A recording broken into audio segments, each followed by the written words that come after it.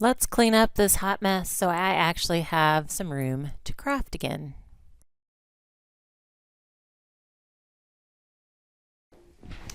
Hi guys, it's Beth. Welcome. And today I'm doing something a little bit different than what I normally do. I'm going to do a clean craft room tidy where I need to tidy up my craft room so it's functional and I can use it and start some new projects. But then I'm also going to add in some Valentine's Day decorations. I have the rest of my house decorated for Valentine's Day, but I haven't done this room because I knew I wanted to clean, and so I thought I'd add in just a few Valentine's decorations just to be festive. So I am going to turn on some music. I've got my coffee to give me some energy, and we will get this place cleaned up. So it is a mess in here. This is my die cutting station, and I've been die cutting away and have not put much of that away. It's also where I have my silhouette, so when I cut letters, there's some of that mess mixed in there, so that kind of needs to be cleaned up and organized. This half of my desk I've actually cleaned a lot on already. This is my daughter's half, and you couldn't see any surface, and so we've been working on that over the last week or so, and last night I kind of finished most of it up. There was a big pile of stuff over here on the floor. I was like, it was going to be too much to do in one video. So now I just need to finish cleaning off some projects that they worked on earlier today. And then we move to my half.